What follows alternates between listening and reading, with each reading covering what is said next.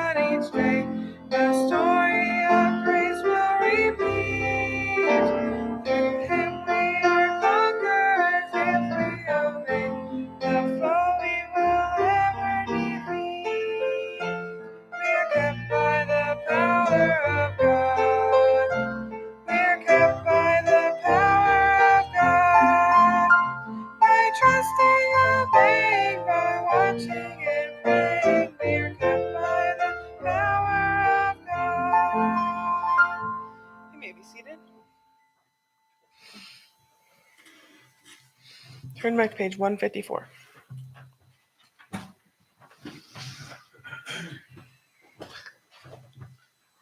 To receive the tithes and offerings this evening, Brother Jordan.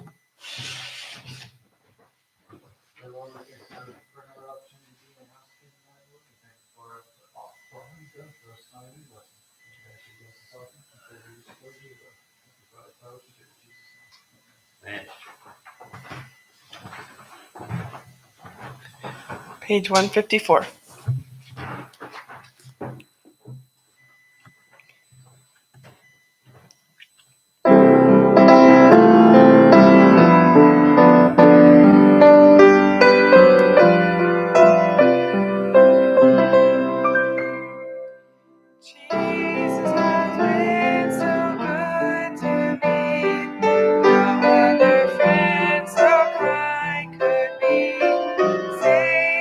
Keeps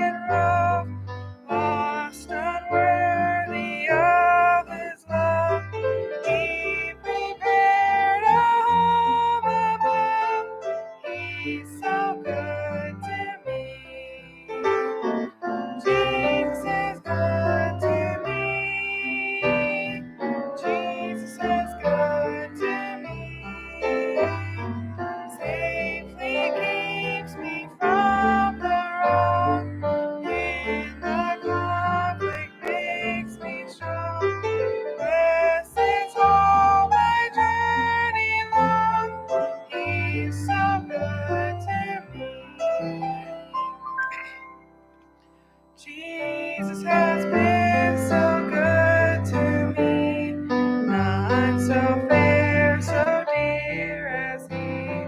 Hallelujah, He is mine, keeping me by grace divine. In His glories in me shine. He's so good to me. Jesus is good to me. Jesus is good to me. Safely keeps me from the wrong. In the conflict makes me strong. Blesses all my journey long. He's so good to me.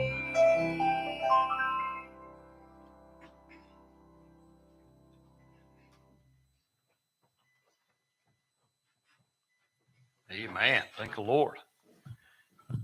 Jesus has been good to me. God is good. Thank the Lord for all that He's done. Hope everybody's had a good evening between services and been praying for this part of the service. It's always a good thing to do. All right, who's got a song? I might try one if I can find it here.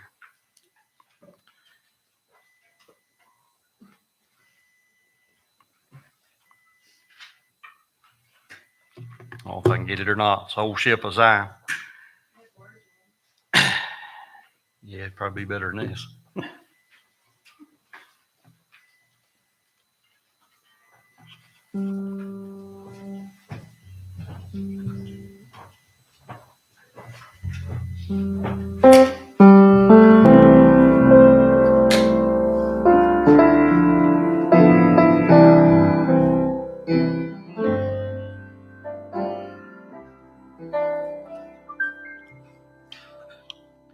I was standing on the banks of the river,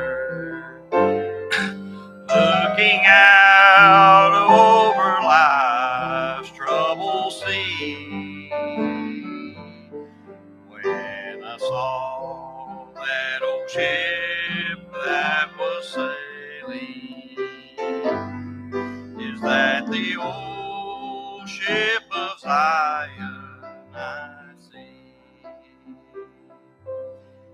Its hull was bent and battered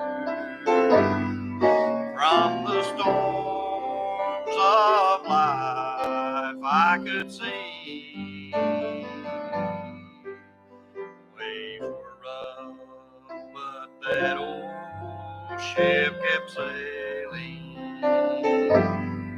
Is that the old ship of Zion I see?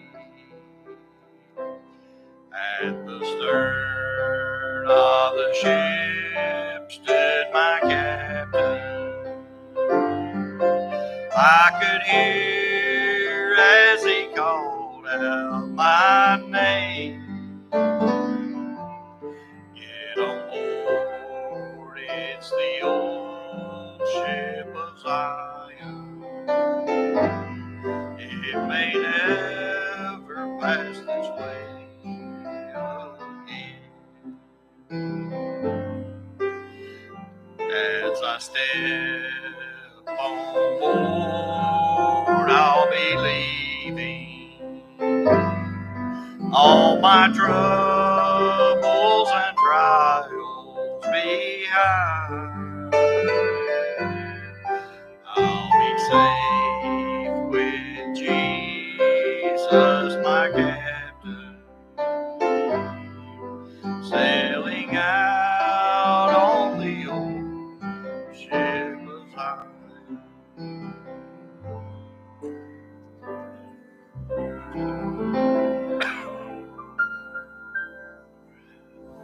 Sister Aubrey, Sister Debbie. Amen. Very good job.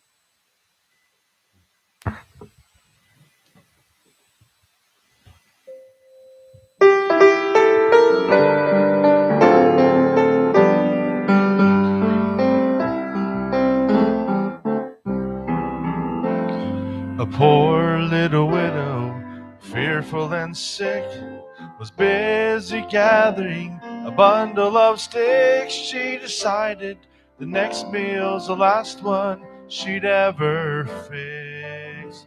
Then along came Elijah, saying, "Don't be afraid, just go and do what you hear the Lord say. Seeing your faith, surely He will make a way." So she poured all the oil out of the cruse, and the last ounce of flour from the barrel she scooped, made a cake for the prophet, herself and her little son too.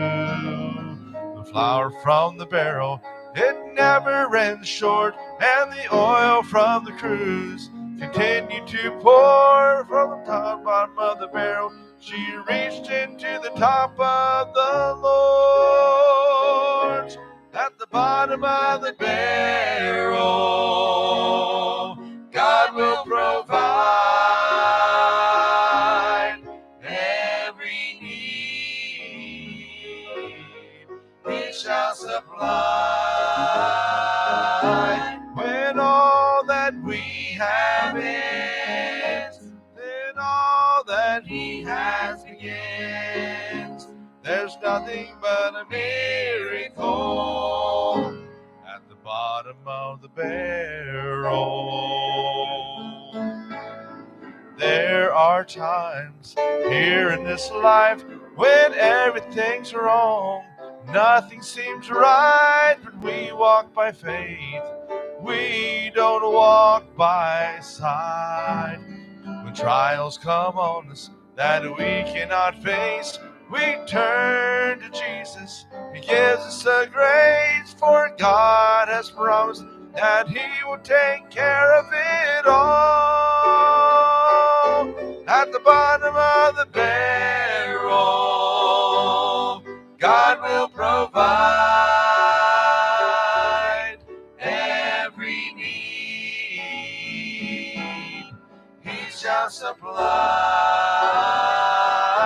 when all that we have ends, then all that He has begins. There's nothing but a miracle at the bottom of the barrel.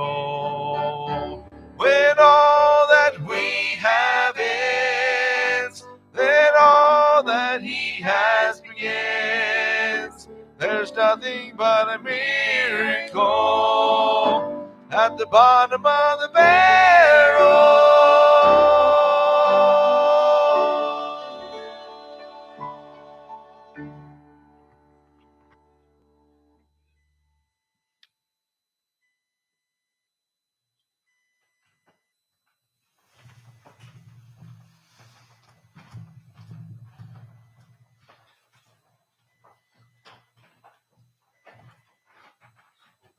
Man, that's good. I was thinking about times in my life when the Lord always supplied, right? When it didn't seem like there would be anything in a lot of different ways, and God supplied. Thank the Lord. All right, anyone else with anything? All right, if you want to stand, Brother Allen. All right. Thankful for each one that's here tonight.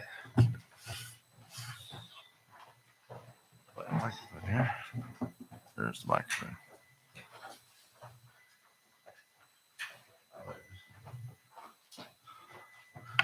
All right. We're going to have Brother Danny come.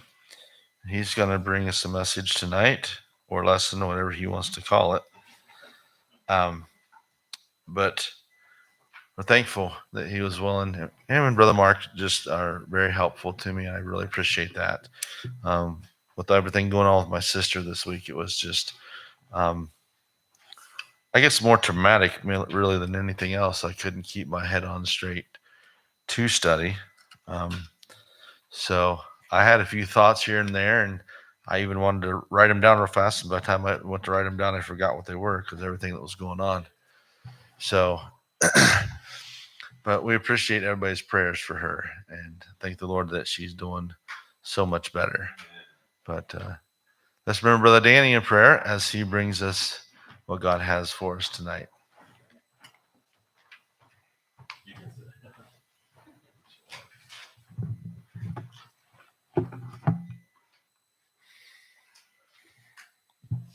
Thank you.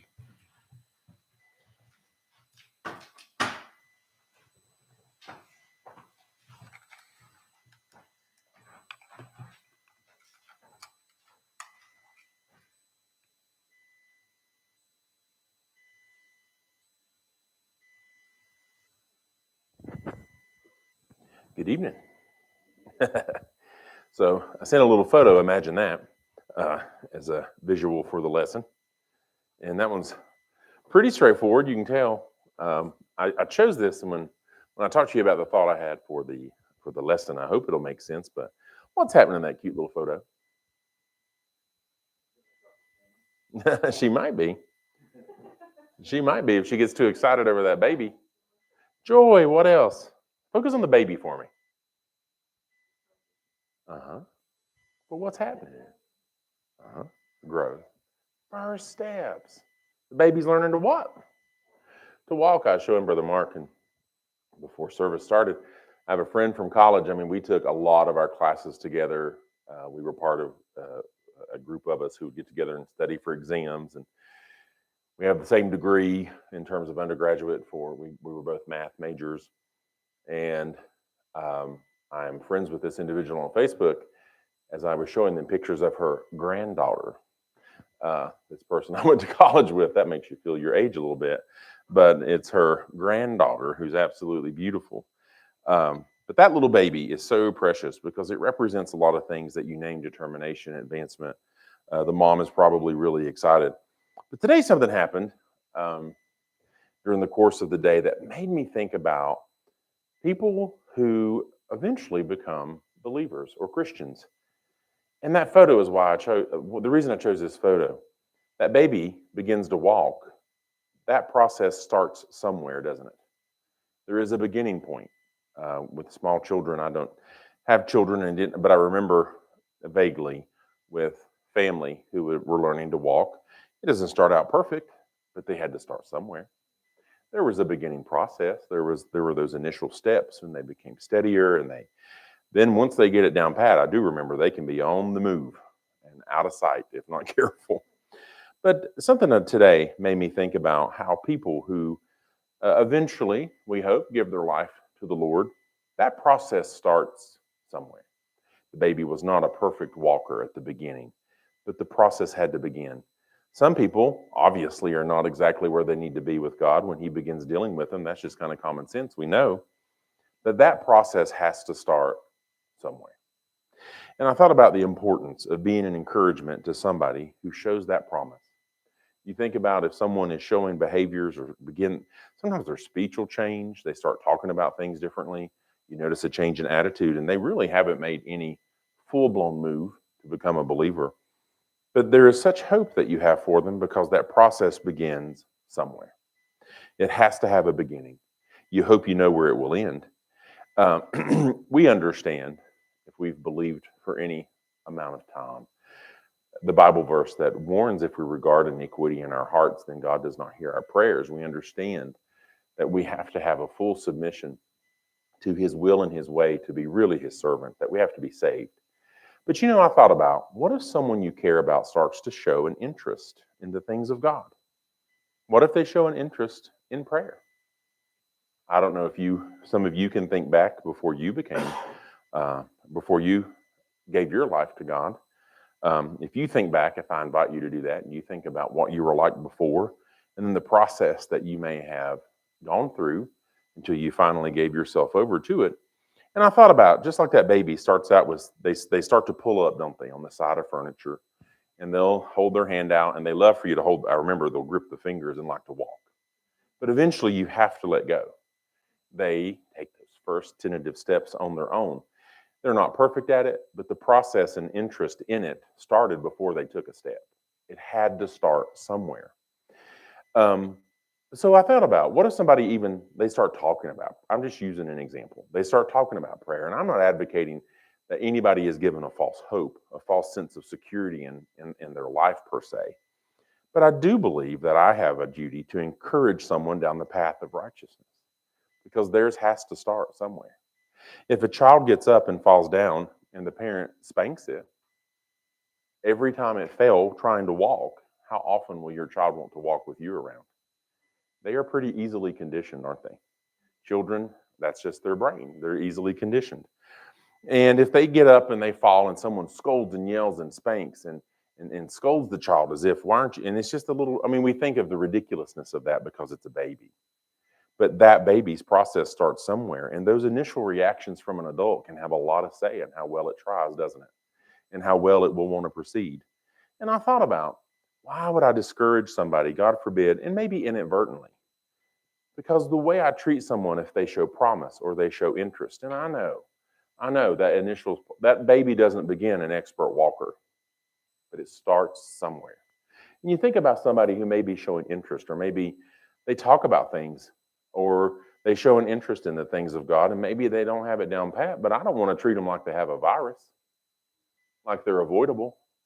Like if they don't have it figured out just right, then I don't want anything to do with them. And not that anybody here would feel that way. I would hope not, certainly. But I thought about, for myself, the necessity in considering that that person has to have a beginning somewhere. And how you treat someone that in those initial steps and those initial stages can matter greatly. They form an opinion as to whether or not I think they have any hope and worth of continuing. A baby scolded and yelled at and mistreated because it falls when it tries to walk doesn't make any sense probably to us. But imagine if a child were treated that way. It is not going to have any trust in that adult to encourage it. And I think about how the devil can make it so easy to focus on where people are lacking rather than where they show promise. That is just so, it just seems like that can be an inclination the devil loves to plant in a human's mind. The first thing you can see in a situation, if one is not cautious, is failure rather than potential. The first thing you see when you look at someone is their past instead of the plausible future. Just like a child walking. I mean, y'all have parented, though, some of you, and you know what this means. I vaguely remember it with family, but I didn't, wasn't the parent with an excited face looking for that child to take first steps. But when they start walking, they are going to fall. But they have to start somewhere. And eventually we know they get better. And I'm not taking away from the fact that people must learn that they have greater steps to be made to get where they need to be, even if they show promise, right? If someone shows promise and hope and having an interest in the things of God, or an interest in living right, or an interest in what it means to even pray, often you'll hear people say the phrase, I'll be praying. And it's so easy sometimes as a human to think, and I'm not saying that is even inaccurate in your assertion of the faith you can have in their ability to pray. But what if that's the initial step to encourage them down the right path, to find out what it means to really pray? But my reaction can discourage them, because they will no longer mention prayer in front of me if I do not have the right attitude around them. That child who makes those first steps and is scolded or disregarded or not practiced with because it can't get it right the first time is not going to really grow like it can it? And I'm not advocating, again, that people linger in a state of just attempt, but instead that they grow and find that they can experience success with those attempts and gain greater ground. But the question for myself this morning, I focused on the word trust. Can God trust me? And do you think the devil could have put things in my mind today to really try and work on me a little bit? But I tried to remember, I want to be a trustworthy servant of him. And that personally kind of helped me some. So how do I approach helping a person who's taking those first initial steps? That person who shows promise and interest in what it means to be a believer. The devil can tempt a person to think about where somebody seems to lack sincerity rather than hope that the person will change and attain a genuine experience. It's so easy to focus on what people lack. If someone talks to me about prayer or the Lord, but I know for a fact they're really not where they need to be, I've realized, just as I age in particular, I could really be a discouragement to that person if I'm not cautious how I treat them and how I react. I'm not saying give somebody false hope. I hope you would know enough in me to know that that's not going to help the person at all. If you're 4'2" and you think you're going to be a part of the NBA, somebody is doing you a disservice if they convince you that you can pursue that dream. It's probably not going to happen. It's okay to be realistic and it's okay to be honest, but it's also okay to be kind. That person's path to truth and righteousness begins somewhere. So, how well do I encourage that beginning so that it will progress? Those of you who raise children, when they had little hopes and little ambitions and little things they wanted to try, it probably wasn't that you were always I mean, I would hope you weren't always just right off like, yeah, right. I mean, why would your child ever tell you a hope or a dream? Yeah, right. Yeah, you need to get your mind off that. That's not even going to happen. And I'm not saying that you couldn't have a conversation later if you know that the plausibility of it's pretty slim. But when kids are young and they have little ambitions, they have goals, they like to talk about them, there's a way that you can guide somebody to reality and it doesn't have to crush them. And I think about people who show that maybe potential initial interest in what it means to serve the Lord. Will I help nurture that or could I discourage it? Because I've already treated them as if, yeah, right. And I hope that as a person, I could see the promise in somebody first and resist giving in to the devil's temptation to just focus on the potential negative, or God forbid, thinking that it's highly unlikely anything's different or better.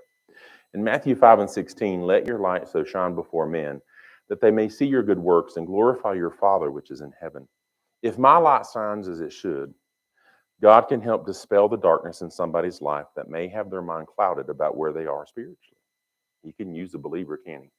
Most likely, we have individuals in our life who live such a life that they helped us understand we needed to make a change.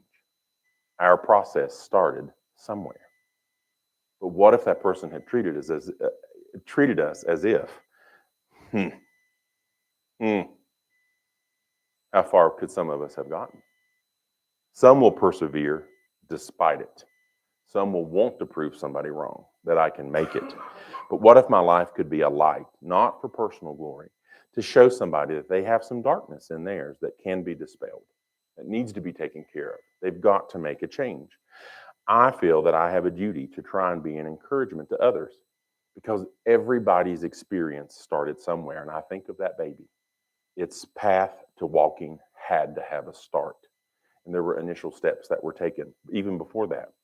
And I really thought about my own, and I don't really share stuff like this often. My wife, even one time, and it's been a good while now, I don't really talk about my past very often, do I, Rhonda Ray? I mean, I'll share some things.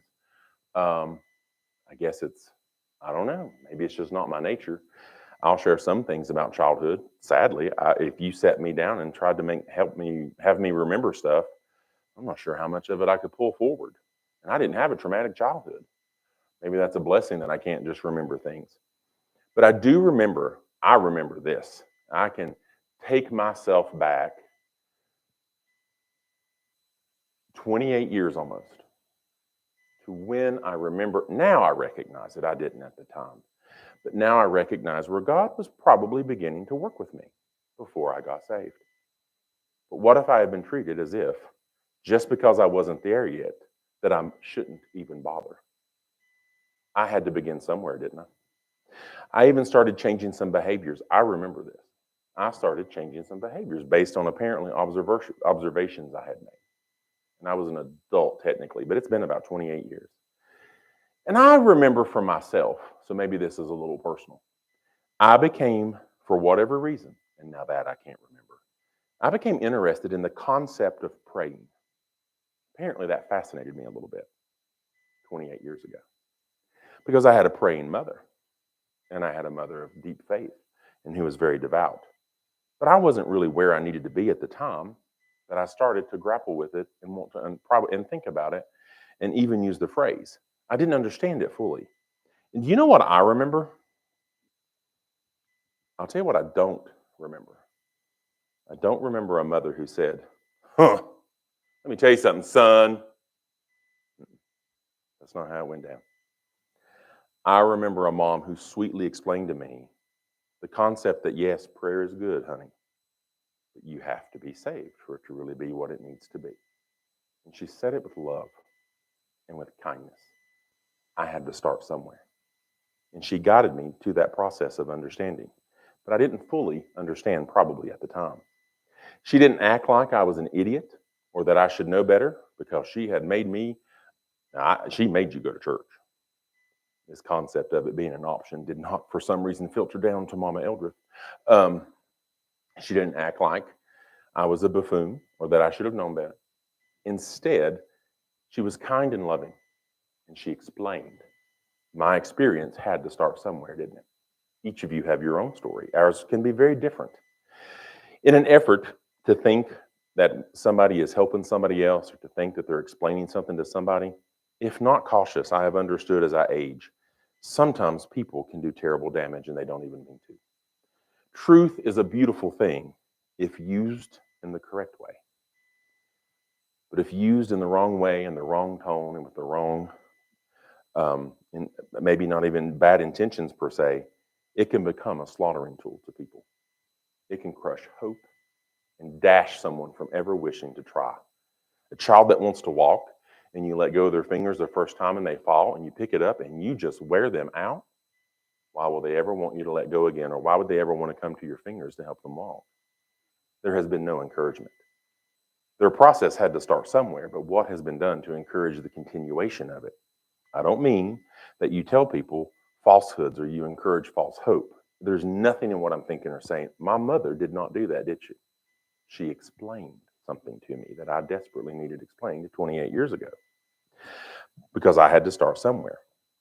A well-meaning believer can say things to somebody who's searching for the path to God, but they can be said in such a way the person honestly can get derailed sometimes, can't they? The devil loves it, doesn't he? The devil loves it when someone can too harshly or too cruelly or too crossly say something. And the person will continue searching for the path. Unfortunately, they may seek another avenue because of how they were treated by a believer. And the devil loves it because they can find a path, can't they? But it may not be the right one that'll lead to the victory they need. In Colossians 3:17, and whatsoever ye do in word or deed, do all in the name of the Lord Jesus, giving thanks to God and the Father by him. And I thought, God help me to be cautious how I approach and treat others. I want to be trusted. I want God to trust me, that I'll try my best, not for self-glory, because it's not about me, but to be an encouragement to someone else. Jesus was truthful. He was even rather plain spoken, and often people will use those examples and get pretty excited about them. But he called hypocrites what they were, hypocrites. So there are obviously times when people need to hear hard truths. But I also pray that anyone who feels the need to say such things is truly under the direction of God. For I am not Jesus, with an all-knowing eye and all-knowing understanding of the individual I speak to. I'll only do the best I can with what God shows me, can I? And sometimes that does involve people taking a direct approach, and I'm sure that can have its place. So don't misinterpret that I think that there aren't times and place for different things, because there are. But I pray anyone who feels that need or who really thinks that's the direction they're being given, that they are truly understanding that that is from God's direction. Because I just know this about being a human being. We can all justify saying things, can't we? Just because we know they're true. But I feel a duty to care about those who are seeking and reaching out to God. Why do you not scream at your 11-month-old when they fall from trying to walk by themselves? Does that make any sense? They're just starting. Their experience starts somewhere. And I pray I can be an encouragement for them to continue seeking the right way, not so they'll think about me, because it's not about me. I just know I had someone who was in my corner 28 years ago, who was there and explained something to me that I remember doing this lesson. She was not harsh. She was not hateful. She was not condescending. She wasn't belittling. She just spoke plainly. And I can still hear it with a sadness in her voice, I think, that she had to say it. But she explained it. Philippians 2:15 and 16, that ye may be blameless and harmless, the sons of God without rebuke, in the midst of a crooked and perverse nation, among whom ye shine as lights in the world, holding forth the word of life, that I may rejoice in the day of Christ, that I have not run in vain, neither labored in vain. There are plenty of people, we know this, in the world out there who will gladly help people who are questioning and seeking what it means to truly serve God. There are a lot of people out there ready to help, and the devil loves it. Sadly, they'll not be the light that seeker needs. So I could ask, how well am I trying to be an encouragement and light to others? You're going to hear people say things and make proclamations about having an experience with God. That's just part of living, isn't it? And I may feel that their lives show traits that beguile their profession and show otherwise. I may even feel like there are people who should know enough about the situation or about what it means to have the experience, to have, as we say, sense to recognize their situation themselves is not what it needs to be. But I thought, maybe, just maybe, if they are at least exploring it and talking about it, they are primed for God to help them find Him. And that touches my heart. My process had to start somewhere to find Him. As I was saying to Rhonda Ray the other day, I said, well, I've always been pretty comfortable thinking for myself. And she said, yeah, no shock, because she lives with me. I've always been pretty comfortable with that. But I often understand and think about the fact that God gave me the parent He knew little Danny would need, because I'm just me. My process had to start somewhere. And if she said something to me, some of you never, this side of the room never met her. This side of the room, most of you did.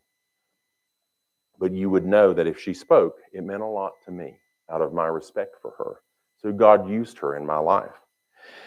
And I thought about, what if I invited all of us to think of this example? And not that you don't already. You may already do this kind of thing. I'm just using it for the sake of the lesson. How would we want one of our loved ones treated who is lost if they begin to show signs and interest of caring about living for God? How would you want that individual treated? They don't have, it can't be my child, because, baby, I ain't got no children. I know I don't. I ain't got none. So if I have to have children to have empathy and love and understanding, to care about their experience, I'm in trouble. How could I relate and love someone else's? Well, because God tenders your heart, and you can care about someone. I don't have to have a son to care that someone else's son is saved. They are a human soul. They matter, and their process has to begin somewhere.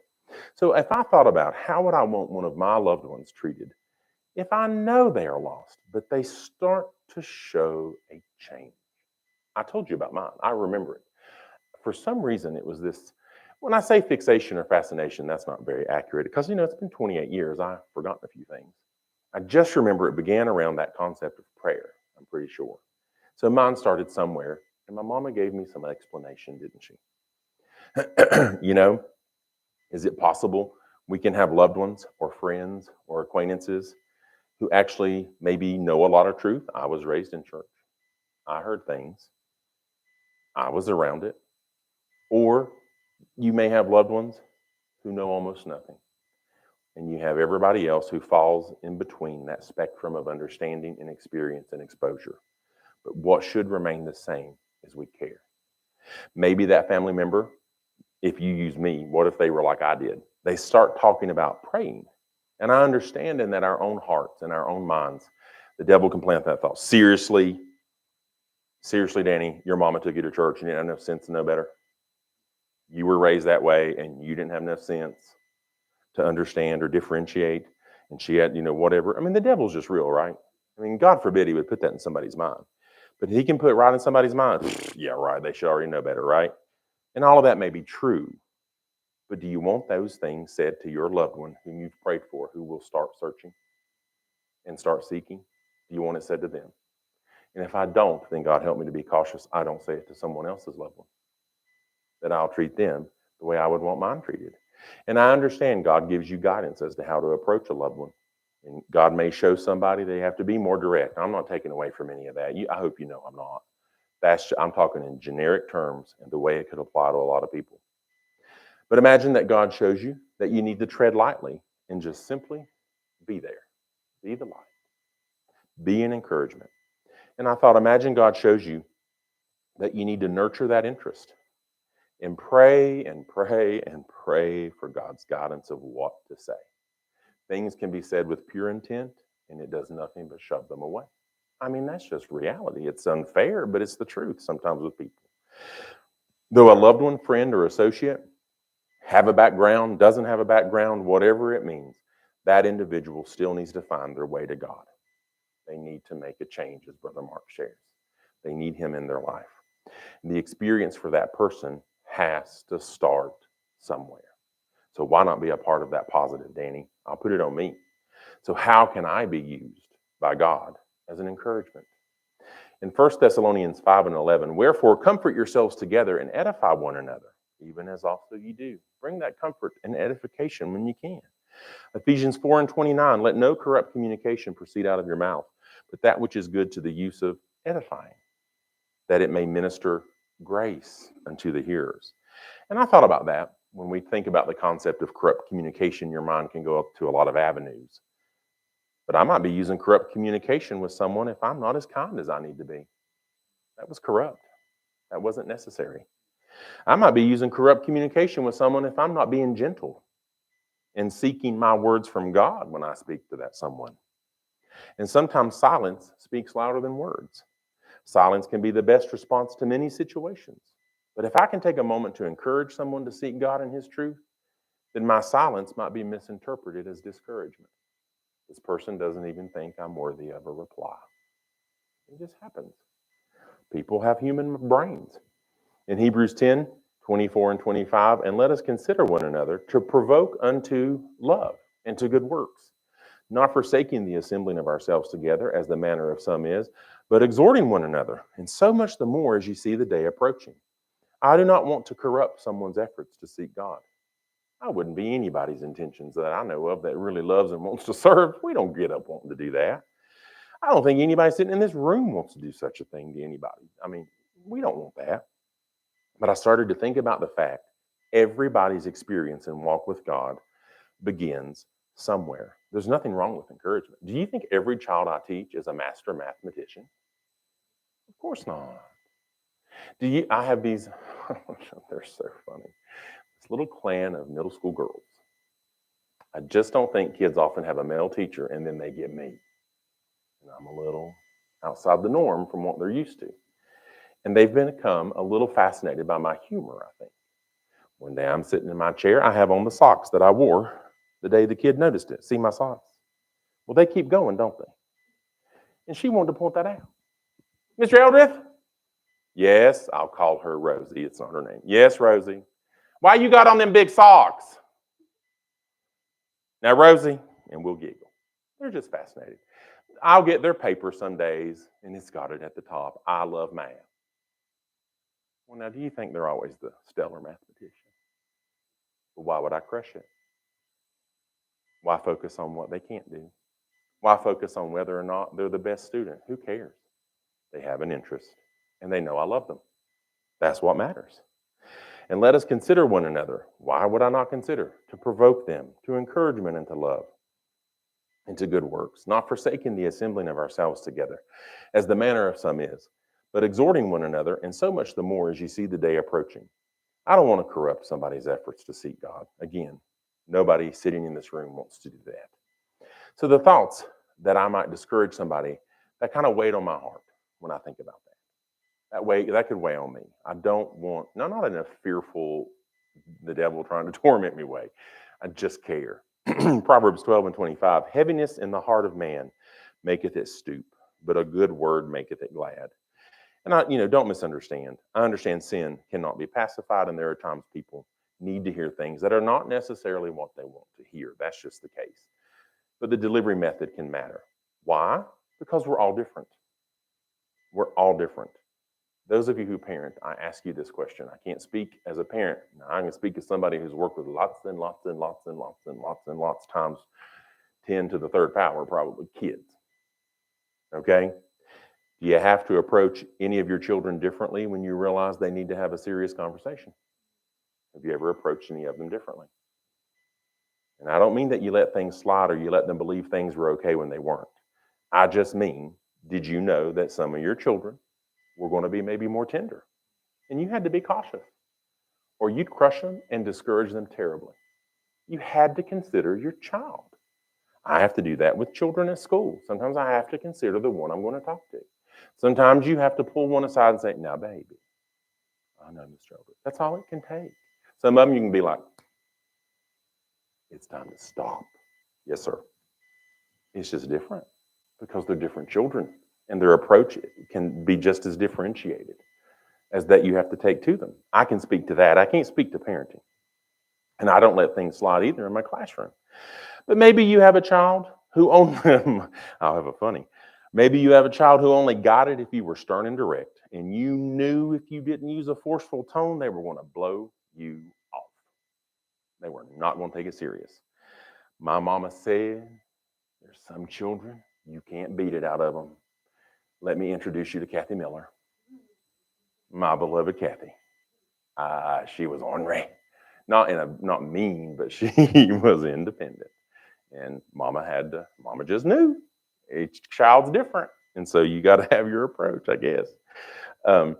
Some kids, you may take a more forceful tone. Some don't take an adult seriously if they view the adult as weak. They will not take you serious. Honey, kids will just say it. Well, I ain't asking dad. I'll just ask mom.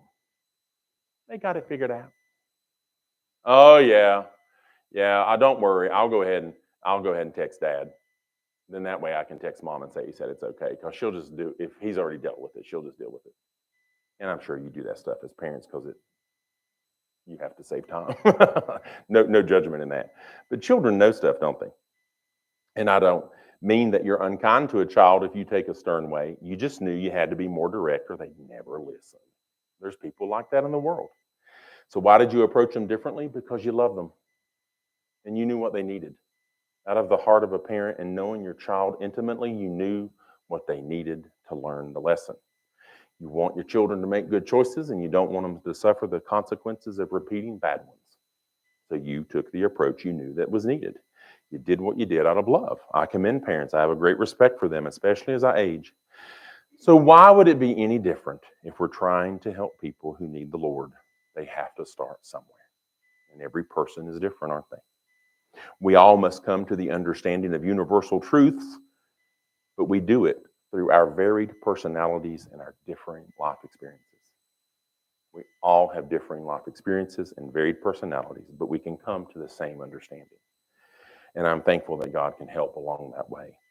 We may come to the same conclusions of truth, the same conclusion of understanding, but we may not all attain the knowledge the same way with the same approach used for someone else. And that's okay. But we all began somewhere, just like that child in the photo. And I love this verse, Jeremiah 29:11. For I know the thoughts I think toward you, saith the Lord, thoughts of peace and not of evil, to give you an expected end. We want all the people we care about to come to the same expected end, living a holy life for God. Well, the same experience I want for my loved ones and those I care about to obtain is the same experience I want for others. Their experiences have to begin somewhere. And my hope is that each person can show a person the love and encouragement that individual needs so they'll continue down the right path to righteousness. Because the devil loves nothing more than a discouraged soul. And he can put someone in their path that will show them a way, but it may not be the way. So for myself, God help me to be who I need to be for an individual.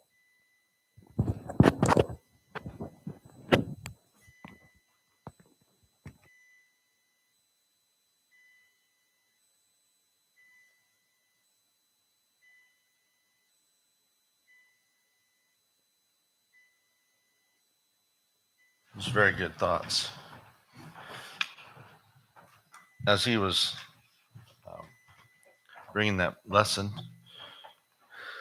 a lot of thoughts came to my mind of how things can be perceived, right? And we could, and like he had mentioned about intentions, a lot of times we can have the best of intentions, but they can be perceived incorrectly. So, and that's good that thought of how he said that ones they might be headed the right way. But like I thought it was interesting how he said his mother spoke to him and clarified. She clarified. She didn't let him sit and wonder and think the wrong things and think, well, just because I'm doing this, everything's okay. No, she set him straight. She did it in the right way. She said, that's great that you want to pray, but you got to be saved first, or it's not going to get any further, right? First things first. I think we preached a message on that just a couple weeks ago. First things first. We had was Mary and Martha.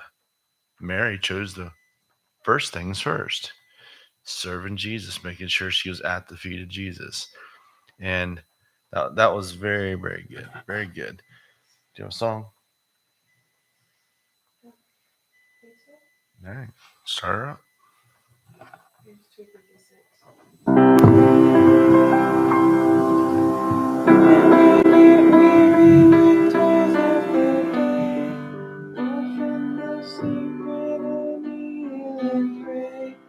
Where I can hear my Lord sweetly say, "Come closer, my child, to me. Closer, my child, to me. Closer, my child, to me. Closer, my child, to me. Come closer, come closer. Closer, my child, to me. And all around in this cold, dark land, nothing encourages me to stand. Jesus is holding me by the hand. Come closer, my child, to me. Closer, child, to me. Closer, my child, to me. Closer, my child, to me. Come closer, come closer. Closer, my child, to me. The song is a good song to go with the message. Although we might be taking steps in the right direction, we need to get as close to God as we can possibly get. I remember when I was younger, when my dad would give me a spanking. I found out the closer I got to him, the less of a swing he could get, the less it hurt, right? He'd pull me back out and said, "Get out here. I'm doing you spanking. Don't be getting up close to me. You get up close to God. The less the things you're going to have to deal with, the closer you are to God. It's great. It's awesome to take steps. Like Brother Mark said this morning, it's a little more than that. What did you say, Mark? He said it 100 times. I can't remember it now. A little bit more than that. It takes a little bit more than that, right? Turning towards Christ is great. But turning towards Christ doesn't do anything unless you continue, right? And that's wonderful. It's wonderful. All right, if God's dealing with your heart, if you need to get closer, my child, to me. All right.